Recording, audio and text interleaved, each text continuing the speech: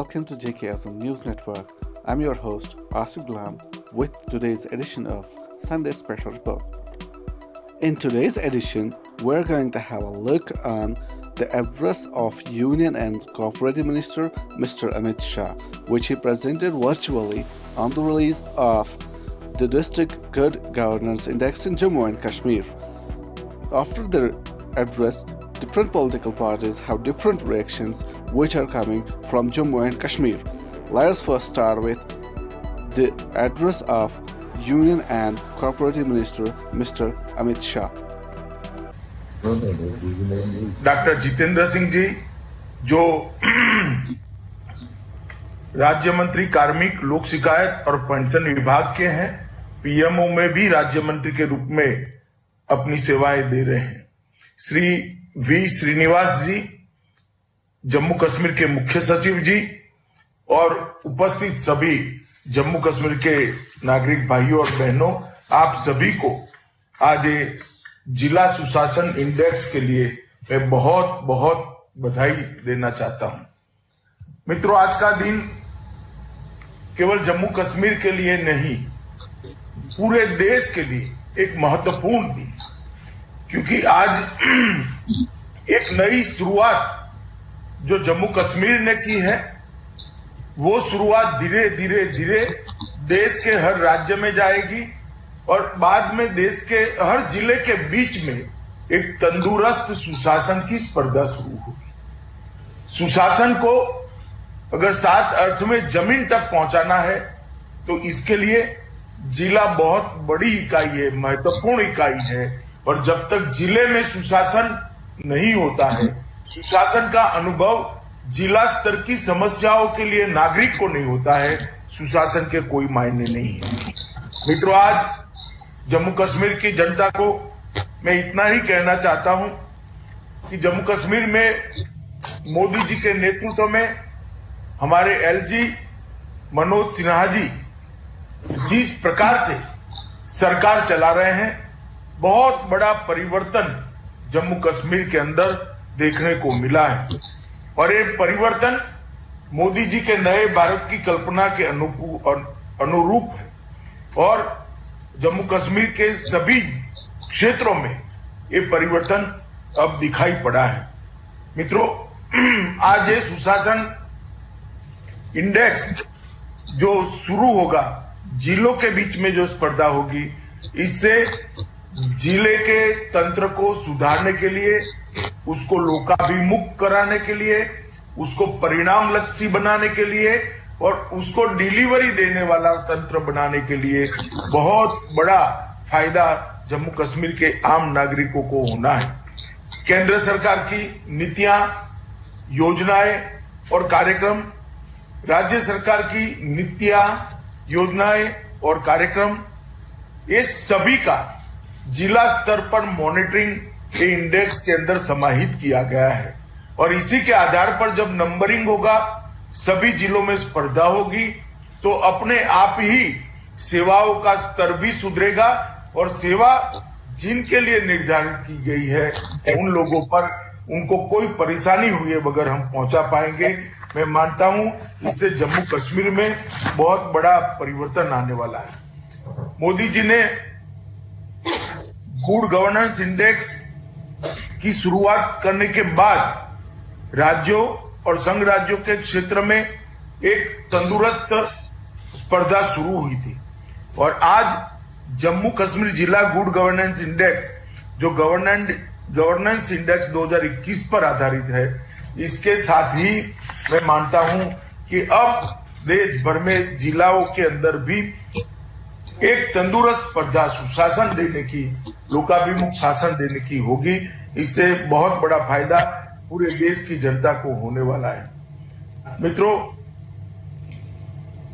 यह इंडेक्स जिलों की रैंकिंग और इसका तुलनात्मक तस्वीर भी पेश करेगा। तो जिले के काम का मूल्यांकन करते वक्त चीफ सेक्रेटरी हो, प्रभारी सचिव हो या प्रभारी मंत्री हो, इस सबको ये मालूम होगा कि मेरे जिले में किस क्षेत्र में मुझे ज्यादा सुधार करने की जरूरत है, किस क्षेत्र में ज्यादा काम करने की जरूरत है। और जिला गुड गवर्नेंस इंडेक्स द्वारा किया गया मूल्यांकन बुनियादी ढांचे को भी सुधारने के लिए एक अच्छे प्रकार का मानांक सेट करेगा और लक्ष्य तय करने भी इससे बहुत बड़ी सुविधा होगी। जम्मू कश्मीर जिला सुशासन सूचकांक में 116 डेटा आइटम के साथ शासन के 10 क्षेत्र और 58 सूचकांक लिए गए हैं, जिसमें कृषि सेवाएं हैं, वाणिज्य और उद्योग है, मानव संसाधन है, पर्यावरण है, न्याय और सार्वजनिक सुरक्षा है, सामाजिक कल्याण और विकास है। इस प्रकार के 10 विभागों को इंडेक्स सूचकांक के रूप में तुलनात्मक अभ्यास कर राज्य की जनता के सामने रखेगा, तो मुझे लगता है प्रशासन पर भी दबाव होगा और प्रशासन भी इसको सुधारने के लिए जी जान से आगे बढ़ेगा। मित्रों, कश्मीर के अंदर 2019 से मोदी जी के नेतृत्व में एक बहुत बड़ा परिवर्तन हुआ। जिस कश्मीर में केवल 87 विधायक, 6 सांसद और 3 परिवार ही सत्ता की हिस्सेदारी में होते थे, वो कश्मीर में आज गांव स्तर से लेकर राज्य तक 30,000 से अधिक जनता के नुमाइंदे जनता की सेवा कर रहे हैं। ये पंचायत एक्ट का इम्प्लीमेंटेशन मैं मानता हूं अपने आप में आने वाले 1 दशक में ही परिणाम कश्मीर की जनता के सामने होंगे कि पंचायत एक्ट के इम्प्लीमेंटेशन से जम्मू कश्मीर के अंदर कितना द्रुत गति से परिवर्तन आया है। 30,000 नए जम्मू कश्मीर के अवाम के पॉलिटिकल प्रतिनिधि कश्मीर जिला सूचकांक के 116 डेटा आइटम के साथ 58 सूचकांक इंडेक्स के साथ कश्मीर का विकास निश्चित करेंगे। इसका मुझे बहुत बड़ा विश्वास है और मैं बहुत आशान्वित भी हूं। मित्रों, कुछ पॉलिटिकल पार्टियां जो आहत है उनके परिवार के गिरफ्त में से जम्मू कश्मीर के अंदर पंचायती राज आया है, इससे वो लोग कहते हैं कि यहां पर जम्मू कश्मीर में धारा 370 हटाने के बाद कानून और व्यवस्था की परिस्थिति बिगड़ी है। कुछ लोगों ने तो इतना एक्सट्रीम कर दिया, जब तक धारा 370 नहीं होती है जम्मू कश्मीर में कानून और व्यवस्था की स्थिति ठीक नहीं रह सकती। मैं इन सब को बताना चाहता हूं कि अप्रैल 70 से 19 और 19 से 21 इसका तुलनात्मक अभ्यास करते हैं तो आतंकवादी घटनाओं में 40% की कटौती हुई है और मृत्यु में 57% की कमी आई है। यही बताता है कि शांति का नए सुधारों के साथ कोई लेन देन नहीं, शांति का प्रशासन के साथ लेन देन।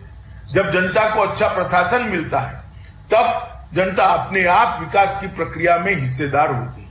मनोज जी यहां बैठे हैं, मैं उनको साधुवाद देना चाहता हूं। भारत सरकार की सभी स्कीमों में आज जम्मू कश्मीर 1 से 5 नंबर में है। इस प्रकार का इम्प्लीमेंटेशन इतने कम समय में शायद ही कोई राज्य के अंदर हुआ है। चाहे विधवा सहायता,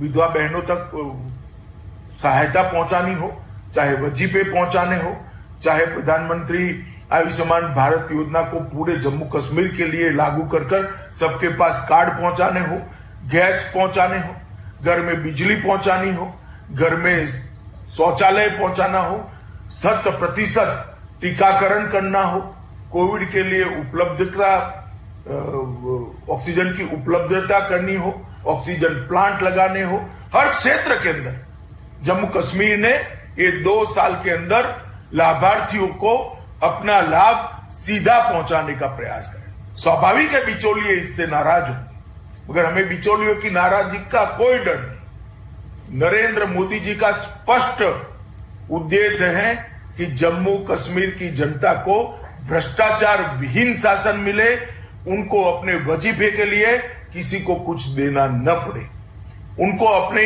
योजनाओं के फायदे के लिए कोई बिचौलियों की जरूरत न पड़े। आज जम्मू कश्मीर के सभी किसानों को 6,000 रुपया सीधा इनके बैंक अकाउंट में मिलता है।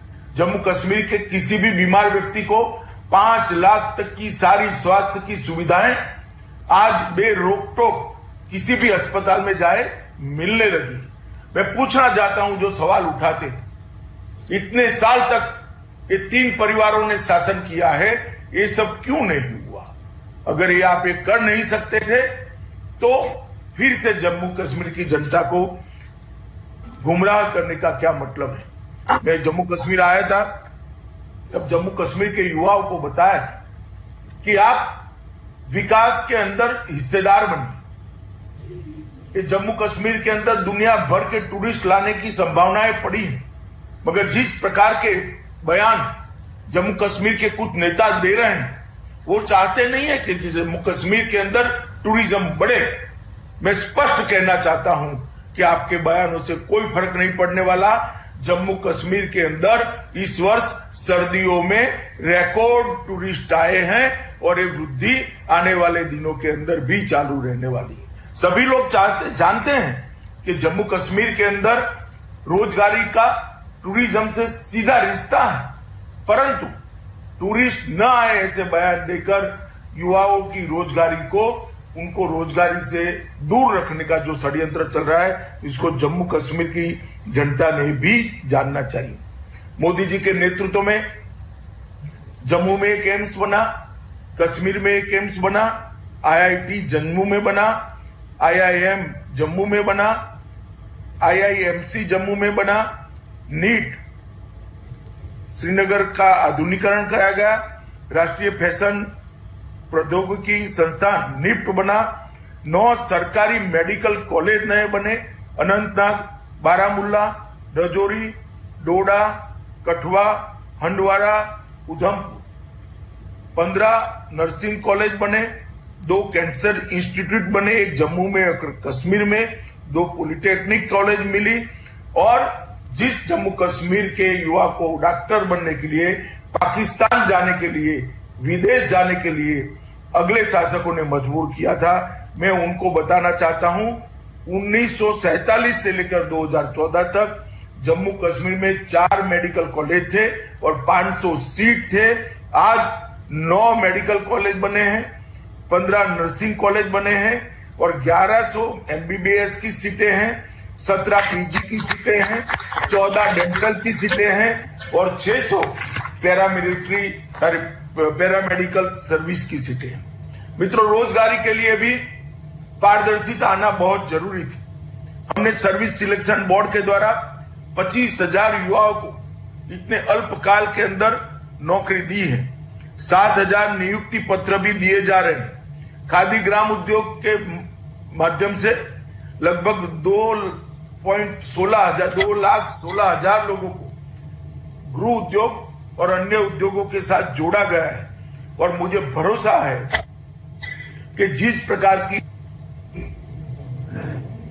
रखकर मोदी जी ने अप्रूव की है, इससे कम से कम जम्मू कश्मीर में 5 लाख युवाओं को आने वाले दिनों में रोजगारी मिलने वाली है। मित्रों, इन्वेस्टमेंट 70 साल का इन्वेस्टमेंट एक और 12,000 करोड़ का था। मैं मनोज भाई को बधाई देना चाहता हूं कि एक ही साल में 12,000 के इन्वेस्टमेंट के MOU जम्मू और कश्मीर ने समाप्त कर दिए हैं और 2,000 करोड़ का ग्राउंड ब्रेकिंग सेरेमनी भी हो चुका है। लगभग 50,000 करोड़ के आसपास इन्वेस्टमेंट जम्मू कश्मीर में आने वाला है। मित्रों, मिशन यूथ के तहत ढेर सारे युवाओं को जोड़ने का कार्यक्रम हमारे LG साहब ने चलाया है। यूथ क्लबों के माध्यम से लोकतांत्रिक जागृति और सेवाओं का विस्तार और उनकी रोजगारी का भी विस्तार, ये तीनों काम एक साथ हो रहे हैं।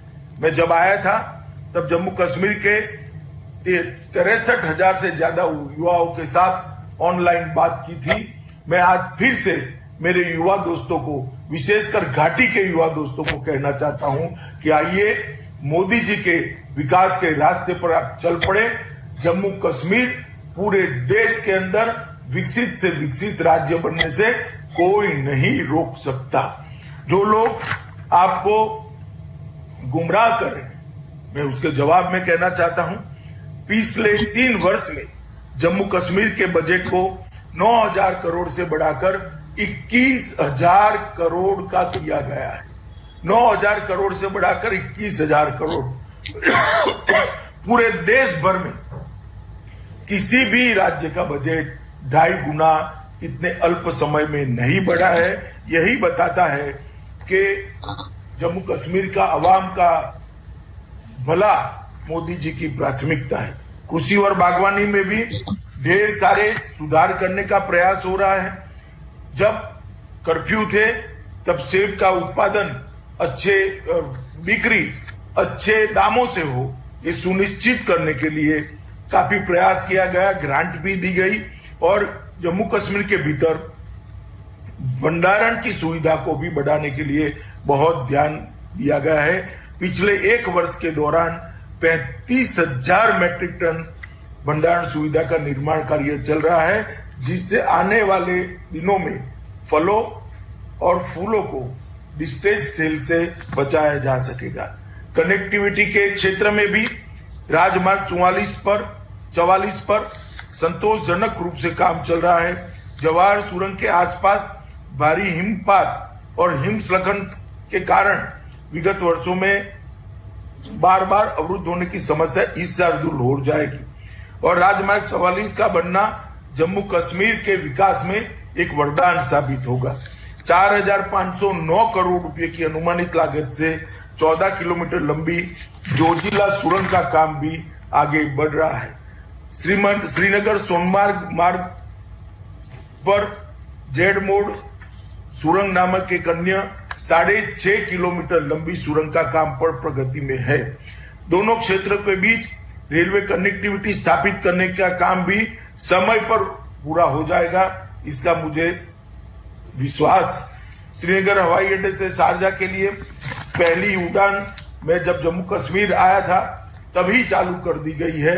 इससे जम्मू कश्मीर में इन्वेस्टमेंट की बहुत बड़ी संभावनाएं खुलने की संभावना है। सब्सिडी वाली हेलीकॉप्टर सेवा योजना के माध्यम से जम्मू संभाग के किश्तवाड़ और कश्मीर संभाग के गुरेज और तंगधार सहित जम्मू और कश्मीर के दूर दराज के इलाकों में रहने वाले नागरिकों को भी सुविधा मिलेगी। पर्यटन के क्षेत्र में बहुत अच्छा उत्साहजनक आंकड़े आ रहे हैं। जेड मोड़ सुरंग शुरू हो जाने के साथ सोनमर्ग पहली बार अपने शीतकालीन कार्निवल की व्यवस्था के साथ खुला रहेगा, इसका मुझे बहुत आनंद है। सर्दियों के महीनों के दौरान पर्यटकों की संख्या में वृद्धि देखी गई है। गुलमर्ग, पहलगांव, श्रीनगर और पटनी टॉप में होटल पूर्ण रूप से भरे रहे हैं। 21 अप्रैल के दौरान पर्यटकों की संख्या जम्मू कश्मीर के आजादी के बाद सर्वाधिक रही और 20 से 21 के दौरान 3 गुना बढ़कर लगभग 1,13,000 पर्यटक आए हैं। मित्रों, कुछ अपने निहित राजनीतिक स्वार्थ के कारण कुछ लोग झूठ चला रहे हैं। मेरा आप सभी को और विशेषकर जम्मू कश्मीर के युवाओं को आग्रह है कि झूठों के लिए उनको सवाल पूछना चाहिए। जो कह रहे हैं कि घाटी की जमीन चली जाएगी, उनको जाकर पूछे कि सूची लाइए घाटी में किसकी जमीन गई है। इस प्रकार के झूठों से गुमराह कर जम्मू कश्मीर के विकास को अवरुद्ध किया जा रहा है। जो कहते थे हिंसा बढ़ेगी, उनको पूछे कि हिंसा बढ़ी है या कम हुई है। इन्वेस्टमेंट आएगा ही नहीं। आज 12,000 करोड़ का इन्वेस्टमेंट आ चुका है और टूरिस्ट भी बढ़े हैं। विकास के रास्ते पर जम्मू कश्मीर चल गया है। अपने निहित राजनीतिक स्वार्थ के कारण जो लोग विशेषकर घाटी की जनता के अंदर एक प्रकार का अलग भाव खड़ा करने का प्रयास करते हैं, मेरा करबद्ध निवेदन है कश्मीर की जनता को, जम्मू कश्मीर की जनता को कि इनके बहकावे में ना आइए। लोकतंत्र नीचे तक पहुंचा है, इसके कारण ये लोग परेशान हैं और लोकतंत्र से ही जम्मू के अंदर खुशहाली आ सकती है। लोकतंत्र से ही जम्मू के अंदर विकास आ सकता है और लोकतंत्र ही युवाओं को रोजगारी दे सकता है। और लोकतंत्र अच्छा हो इसके लिए सबसे ज्यादा जरूरी है कि जम्मू कश्मीर के अंदर शांति बनी रहे। इनके उकसावे वाले बयानों में जम्मू कश्मीर का युवा गुमराह न हो, ऐसा मैं मेरे युवा दोस्तों को कहना चाहता हूं। आप देश के प्रधानमंत्री नरेंद्र मोदी जी पर भरोसा रखिए, जम्मू कश्मीर प्रशासन पर भरोसा रखिए। मनोज जी के नेतृत्व में प्रशासन पूर्णतया 70 साल का जो खामियाजा है उसको ये 5 साल में पूरा करने के लिए बहुत प्रयास कर रहा है, और मुझे भरोसा है कि मनोज जी का प्रयास और मोदी जी के आशीर्वाद से ये खामियाजा को हम पूरा करेंगे। मित्रों, जहां तक डेमोक्रेटिक प्रोसेस का सवाल है, डिलिमिटेशन शुरू हो चुका है। शुरू होने के बाद तुरंत ही हम चुनाव कराए जाएंगे, और उसके बाद ये लोग भले कुछ भी कहे, जम्मू कश्मीर को पूर्ण राज्य का दर्जा देने के लिए भी मैंने खुद ने लोकसभा के अंदर आश्वासन दिया है कि जैसे ही स्थिति सामान्य हो जाएगी जम्मू कश्मीर को पूर्ण राज्य का दर्जा मिलेगा। परंतु मेरा आप सबसे आग्रह है कि विकास की ओर ध्यान दीजिए, विशेषकर युवा, घाटी का युवा विकास की प्रक्रिया में हिस्सेदार बने। नई राजनीतिक प्रक्रिया, लोकतांत्रिक प्रक्रिया चालू हुई है, इसमें हिस्सेदार बने और अपने भविष्य को सुवर्णमयी बनाए। यही सबको अभ्यर्थना है। फिर से एक बार मैं जम्मू कश्मीर के राज्यपाल, उसके मुख्य सचिव और जितेंद्र सिंह जी जो हमारे कार्मिक मंत्रालय के राज्य मंत्री हैं, तीनों को ये नई पहल के लिए बहुत बहुत शुभकामनाएं देता हूं। After their address, different parties have different reactions. National Conference spokesperson Imran Nabi Dar said, "Good governance is only confined to papers." While as Congress said, "Good governance not visible, only tall claims going round." It's said by Mr. Nee, the senior Congress leader. Various political leaders took to social media site Twitter and wrote this said, after quite literally terrorizing people of Jammu and Kashmir into silence to create a false normalcy narrative, Government of India admits that situation still isn't normal is self-contradictory. Also proves that silence shouldn't be misconstructed as normalcy. Meanwhile, M.Y. Thargami, the senior CPIM leader, says government boasts about restoring peace in J&K, but it is contradicting itself by saying that statehood will be returned as situation becomes normal. What is the BJP's barometer of measuring normalcy, and when did it become a criteria for restoring the arbitrary snatch constitutional rights?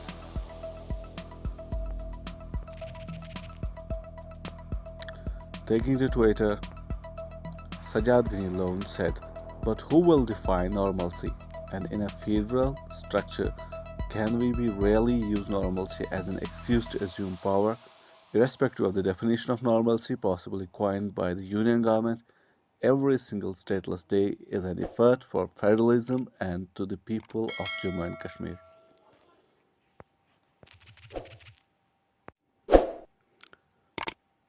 This was today's edition of Sunday Special Report.